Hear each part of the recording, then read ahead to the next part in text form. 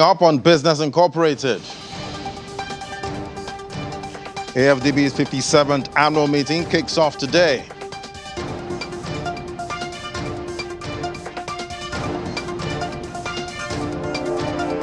Ghana records $1.33 billion trade surplus in April.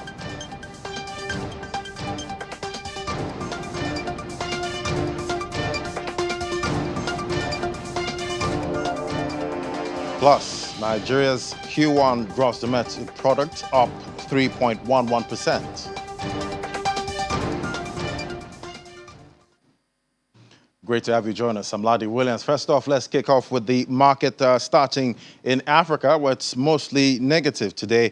In Nigeria, the all-share index shed about 0.04%. Marginal decrease we're seeing right now, while South Africa's GSE index lost 1.55%. In Egypt, the market session was positive by 0.55%, while Kenya closed Friday's trading positive on negative, down 0.69%. And in the Middle East, market sentiments were also mostly negative. In the UAE, both the Abu Dhabi and the Dubai index were down by more than 2% at intraday. Elsewhere within the region, the Saudi Arabia Tadawul dropped 0.52%, while the Qatari index was the only positive market at intraday, up 1.44%. And heading over to Europe now, we'll focus on German Chancellor Scholz's tour of African countries. First time the German Chancellor is visiting the African continent since coming into office last fall. Let's hear more now from Chris Koba right there in Berlin. Great to have you, Chris. So during the first stop on his three-day trip, Olaf Scholz is visiting Senegal, and there are talks about gas supplies from there. What are you hearing? Germany is interested in a major gas exploitation project in Senegal. The country is believed to have significant offshore deposits of natural gas and oil, which it wants to exploit together with neighboring Mauritania. Now, this interest on the German side comes at a time when leaders in Berlin and other European capitals are eager to reduce their country's dependency on importing Russian gas following the Kremlin's invasion of Ukraine.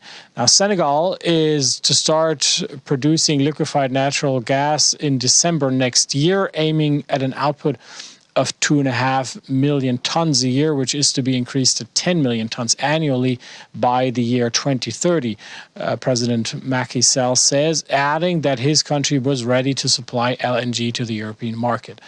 Pushing this project marks a shift in policy for the German government. At last year's climate summit in Glasgow, European countries in particular, and among them Germany, have been pushing to make financing the exploitation of fossil fuels harder in a bid to help the fight against climate change. Now, back then, the Senegalese president has been warning that it was not fair to make it more difficult for African countries to speed up their development. And with pressure growing to diversify their sources of energy in the face of Russia's attack on Ukraine, the priorities within the German government certainly have changed. There's talk about increasing Senegal's potential for generating solar energy as well. Germany has been supporting construction of a solar farm in the country and is expected to up this sort of commitment.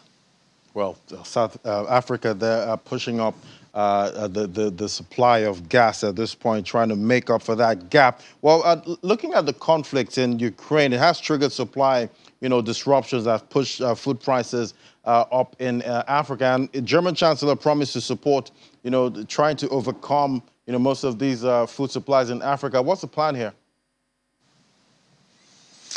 Chancellor Scholz promised more German support for aid programs, and he also said that his government would push for an end of Russia's blockade of Ukrainian grain exports. Germany would do everything in its power to counteract the difficulties many countries could face in feeding their populations, Olaf Scholz said.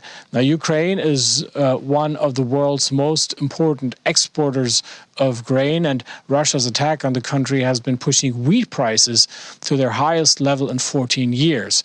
Russia is not only bombing Ukrainian towns and cities, but is also halting around 20 million tons of wheat from leaving Ukrainian ports.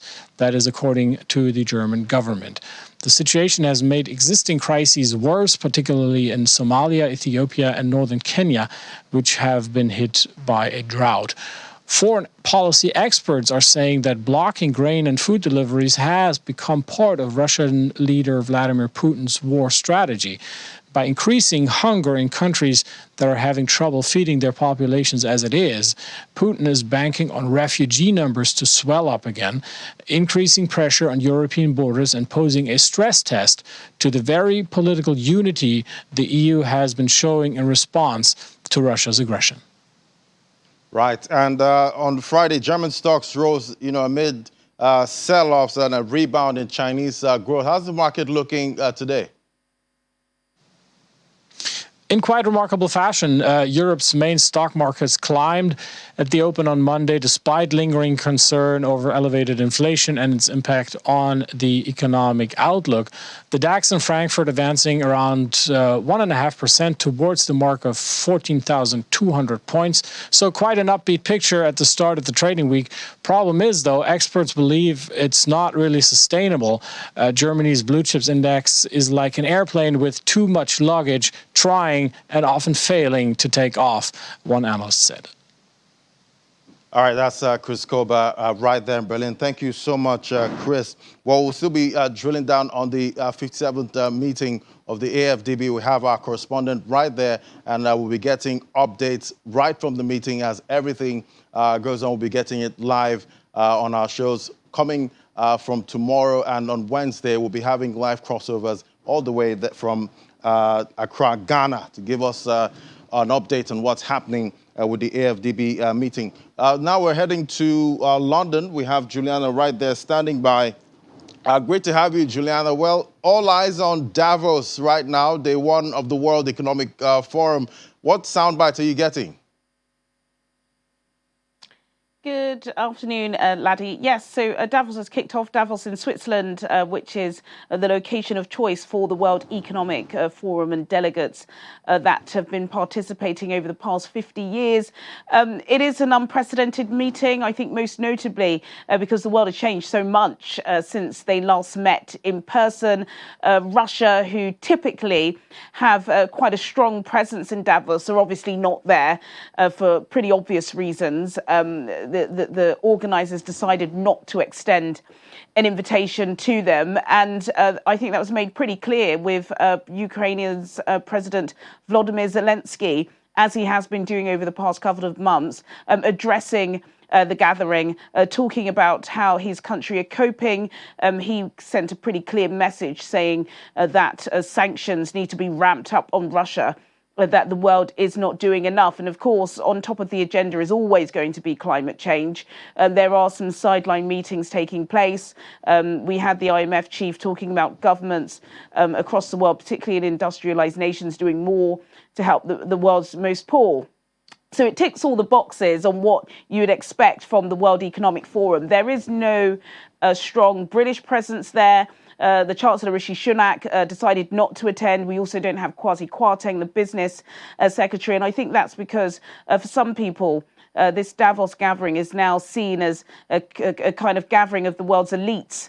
They've been pretty disappointing over the past couple of years, according to some individuals and some countries, of just not doing enough. Yes, you go there, you've got the picturesque snowy mountains, not much snow now, it's in spring, it's typically in January, and lots of people staying in five-star hotels, drinking champagne. But what about, the real effort? And I think this is a problem that we're going to start seeing with the UN. Lots of talk about sustainable development goals and plans of what they want to achieve in Africa and in certain places. But when you actually take a close look at what is actually being done, very little to show for it, I'm afraid. Quite interesting. And obviously, the war in Ukraine is also taking center stage with conversations there. But another story now, a British digital insurer which competes with The likes of Direct Line Group has secured backing from the world's biggest IKEA franchise as part of a £16.5 million funding round. Tell us more about this. Well, that's right. This is a story being reported by the Sky News business desk about Urban Jungle, which is a insurance company that was founded in 2017, and they've amassed about 100,000 customers, which is pretty decent, particularly because home insurance, not a lot of people fancy getting it out, but it is helpful if you are in trouble, and especially in some parts of Britain that do face significant flooding, and they've had issues with the government helping them before.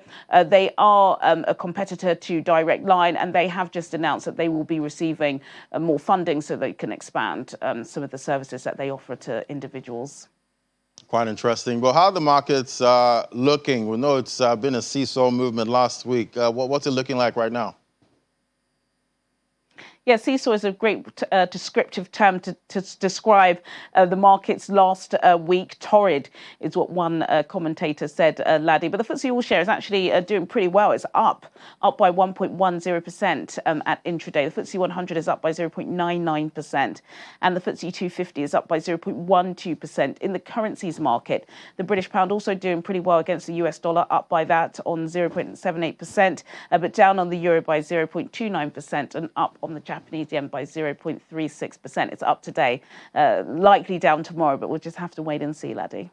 Likely down tomorrow. All right, Juliana, thank you so much. All right, now let's move on to Asia. Shares in Asia-Pacific region were mixed today as global concerns continue to plague investors. Hong Kong's Hang Seng Index paired some earlier losses, but still fell 1.34% in afternoon trade, while the Hang Seng Tech Index slid about 2.65%. Bilibili was 4.22% lower, and Alibaba's Hong Kong shares fell by 3.52%. The Shanghai Composite recovered from earlier losses to close nearly flat at 3,146 points, while the Shenzhen component declined 0.06% to 11,447 points. Chinese electric vehicle maker Peng is set to report its first quarter earnings today. The company's shares in Hong Kong fell nearly 9% in Asia trade before recovering slightly. It was last down about 6.58%. Moving to the U.S., stock futures rose today in early trade as the market tried to recover some of losses from a relentless sell-off that has gripped Wall Street. Futures on the Dow Industrial Average gained about 265 points, while the S&P 500 futures added about 0.8%, and NASDAQ 100 futures rose 0.5%. Shares of VMware jumped more than 20% after Bloomberg and Reuters reported that the chip maker talks with to acquire cloud services company that's Broadcom, and we saw Broadcom shares actually fell about 5%.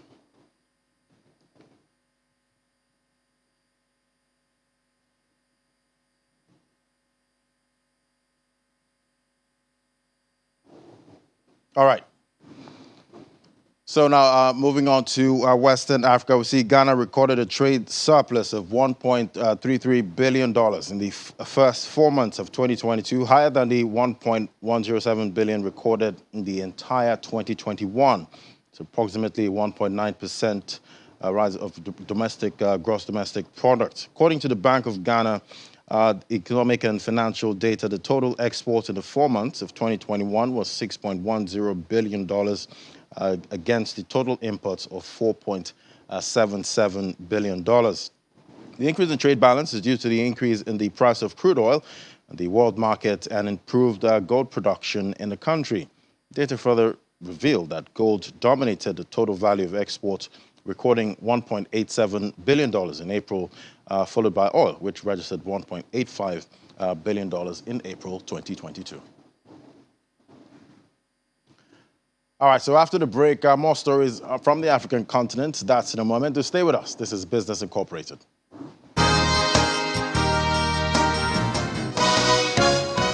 Welcome back. Well, Nigeria's gross domestic product grew by 3.11% year-on-year in real terms in the first quarter of 2022, indicating the sixth consecutive quarter of positive growth by the Nigerian economy.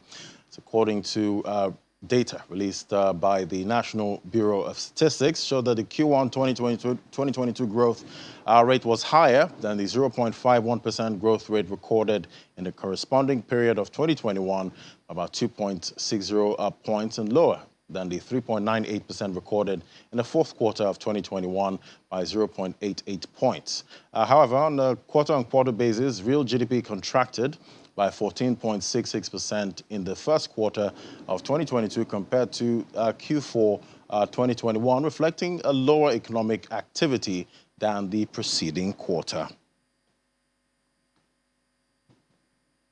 And South Africa's state-owned power utility, Eskom, needs 594 million rand to fix design defects at its 135 billion rand Medupi power station. This is on top of the 2.5 billion rand needed to fix Unit 4 of the power plant damaged in an explosion last year. The power utility says it will implement stage 2 load shedding all week during peak evening hours due to continued shortage of generation capacity it has been experiencing. Continued load shedding is adding more stress to the South African economy. There's no solution in sight, as a possible move to even higher stages of load shedding is forecast.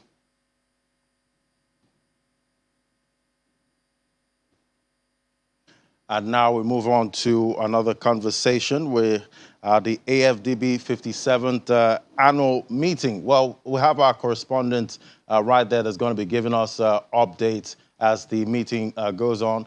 We're getting visuals and what's happening, what the conversations that they're having right there at the meeting. Well, returning to an in-person format after years of virtual meetings. Well, the 57 meeting is holding in live, person-to-person format this year, and the Achieving Climate Resilience and a Just Energy Transition for Africa is the theme for this year. And joining us on the program, we have Professor Kevin Chika Irama, Acting Chief Economist and Vice President and Economic Governance Knowledge Management, joining us live right here on Business Incorporated. Great to have you on the program. Thank you for having me. So why is this theme important, at this time when Europe is seeking alternative to Russian oil and gas? Now, just energy transition and climate resilience is critical for development, both in Africa and across the world. Climate change is basically slowing down Africa's development in several ways. You would agree with me with all the increasing climate events that we have. The impacts on economic growth we've estimated is between 5% to 15% loss in gross domestic product growth on the continent. And this is in addition to all the lives that we lose and the properties that is damaged and ecosystems that are damaged when we have these climate events. And energy is at the center of it all, because most of the global climate emissions is coming from the energy sector, though Africa is contributing very little to that. So this meeting the bank has put together is to bring all its member states to come and look at how we can support building climate resilience in Africa and also just energy transitions on the continent to ensure that we can grow our economies while also protecting Africa from these climate events, which is impacting on the continent severely. Quite interesting. And we know right now with the reliance of Europe on Russian gas, we're seeing conversations about making with Africa to see how they can bridge that gas a gap at this point. What are the conversations that they're having about gas at this point, since Africa seems to be coming to the limelight when it comes to gas production?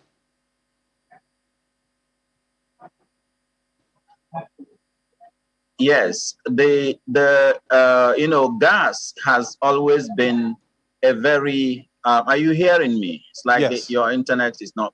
But okay, gas has always been a very good transition fuel for transiting from coal and other high carbon intensive energy sources. So when you look at the energy mix of the different regions of the world, Africa, the United States, and Europe, European Union, has actually managed to be able to move away from coal significantly because of switching to use gas, because gas is less polluting than coal and some of the other high carbon energy options.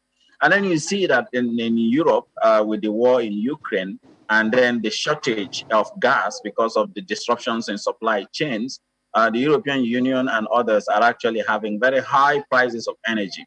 So Africa has huge opportunities here with all the big finds we're finding, deposits we're finding in Africa, in Nigeria, in Mozambique, and in other parts of the continent. We could actually become a solution in terms of bridging not only our energy gap in Africa by developing LNG, but also supporting other neighboring countries, neighboring continents like Europe and America as well, basically filling the gaps that is being created by the shortages that is created by the war in Ukraine. Quite interesting, quite interesting. But what are the actionable plans expected from the meeting?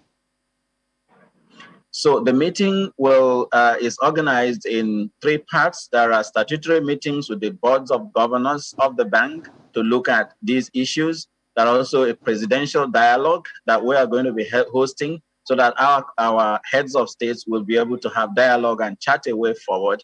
But there are also knowledge events where we're going to be launching the Africa Economic Outlook, focusing on that subject, so that we'll be able to see the evidence base on how Africa can transition to that.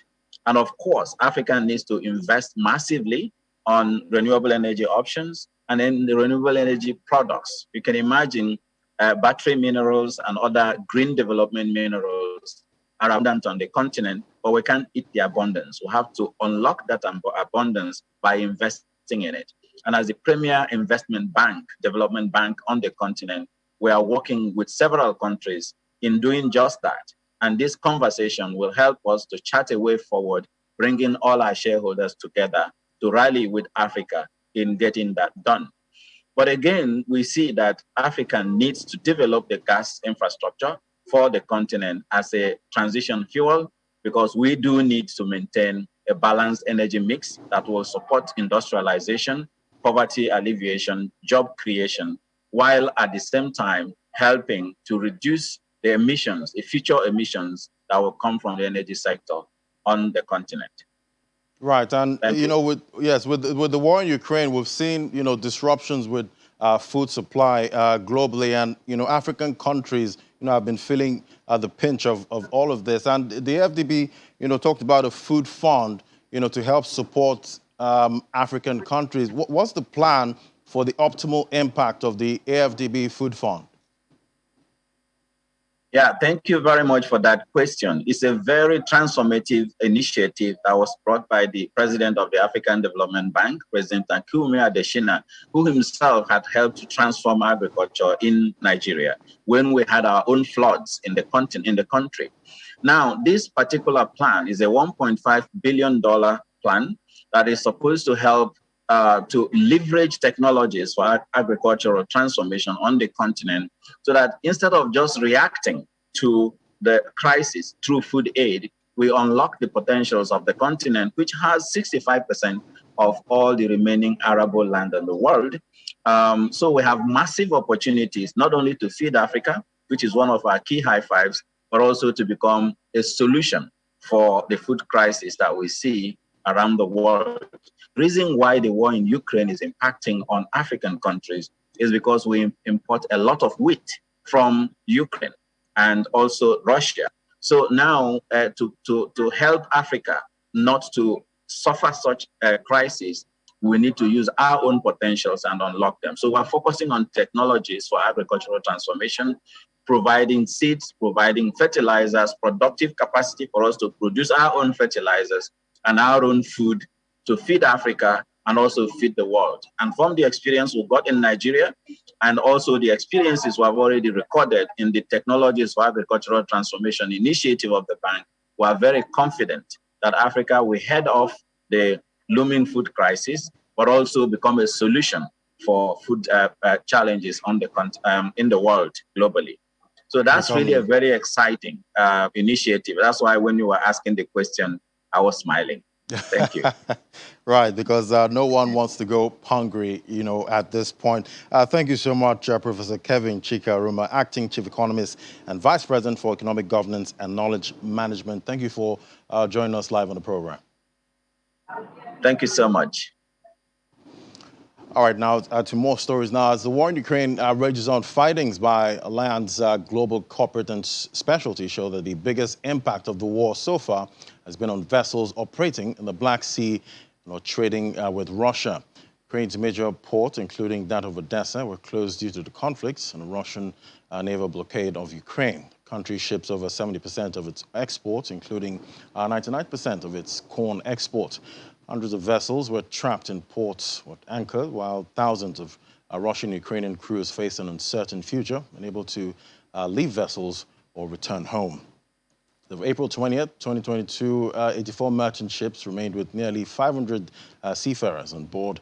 An estimated 1,500 seafarers have so far been repatriated, with manning levels reduced. And that's it on Business Incorporated. Thank you so much for watching. I'm Ladi Williams. Bye for now.